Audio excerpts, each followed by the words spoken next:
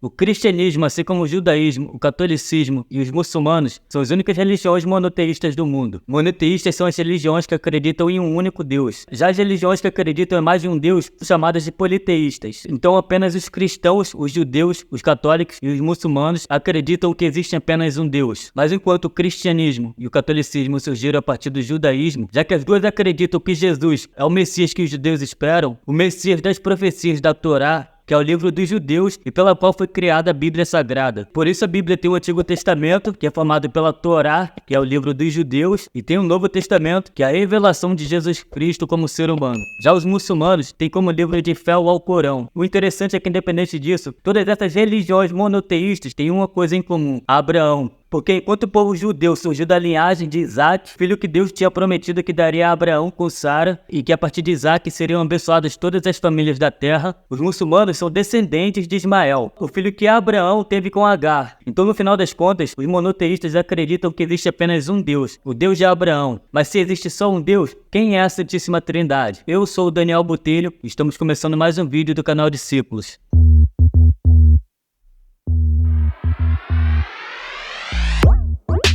A própria Bíblia é quem revela a Deus como sendo o único Deus existente. Lá em Isaías 45:5, o próprio Deus se revela como sendo Deus único. Em Isaías 44:6, Deus se revela como sendo o primeiro e último Deus existente e que não há Deus além dele. Já em Isaías 43:10, Deus afirma que antes dele nunca houve Deus e depois dele não haverá outro Deus. Então, se o próprio Deus se revela como Deus único, quem é a Santíssima Trindade? Nem eu, nem ninguém teria capacidade de explicar a Deus e sua completude. Pelo simples fato de Deus ser o Criador e nós sermos criação, e de Deus ser eterno e atemporal, e nós sermos temporal e temos tempo de validade de vida. Mas independente disso, independente de Deus se revelar como sendo o único Deus, a própria Bíblia revela pra gente que esse Deus é formado por três pessoas diferentes: Deus Pai, Deus Filho e Deus Espírito Santo. Três pessoas distintas, mas uma só substância, uma só essência e uma só natureza, a natureza divina. E assim como tem diversos versículos onde Deus se revela como sendo o único Deus, também existem diversos versículos que Deus se revela como sendo três pessoas diferentes. Em Gênesis 1:26, quando o Senhor criou o ser humano, Deus disse: façamos o homem à nossa imagem e à nossa semelhança. Façamos, no plural. Algumas pessoas argumentam que quando Deus fala façamos, Deus estaria se comunicando com os anjos. Mas esse argumento não é válido porque Deus diz: façamos a nossa imagem e a nossa semelhança, e não a minha imagem e a minha semelhança. Além disso, nós fomos feitos à imagem e à semelhança de Deus, e não à imagem e semelhança dos anjos. Então, quando Deus afirma façamos a nossa imagem e a nossa semelhança, está muito claro que, embora exista apenas um Deus, quando Deus diz façamos a nossa imagem e a nossa semelhança, ele está se comunicando consigo mesmo: Deus Pai, Deus Filho e Deus Espírito Santo. A Trindade está se comunicando entre si em unidade e em comum acordo. Um outro versículo foi quando Adão caiu, desobedeceu e comeu o fruto do bem e do mal. Deus disse: eis que o homem se tornou como um de nós. Então, mais uma vez, Deus se revela no plural, como sendo mais de uma pessoa, embora seja um único Deus. Mas para mim o texto bíblico mais claro, onde Deus se revela como sendo um único Deus, mas em três pessoas diferentes, está lá em Isaías 6:8. Quando Deus chamou Isaías, o Senhor falou o seguinte: quem enviarei? Quem há de ir por nós? Aqui o Senhor se revela tanto no singular como no plural. Quem enviarei? Então Deus se apresentando como sendo o único Deus. Quem eu, Deus, enviarei? Quem eu, Deus, e não deuses. Mostrando que só existe um Deus. E quem há de ir por nós? Deus Pai, Deus Filho e Deus Espírito. Então aqui está bem claro que, embora exista um único Deus, esse Deus é composto por três pessoas diferentes: Pai, Filho e Espírito. Mas para a gente tentar entender melhor como isso funciona, existem algumas comparações para a gente tentar compreender quem é a Trindade. A primeira comparação seria com o ovo. O ovo é formado pela casca, pela clara e pela gema. Tanto a casca quanto a clara como a gema compõem o ovo. Mas assim como a casca não é a clara, assim como a clara não é a gema, o Pai não é o Filho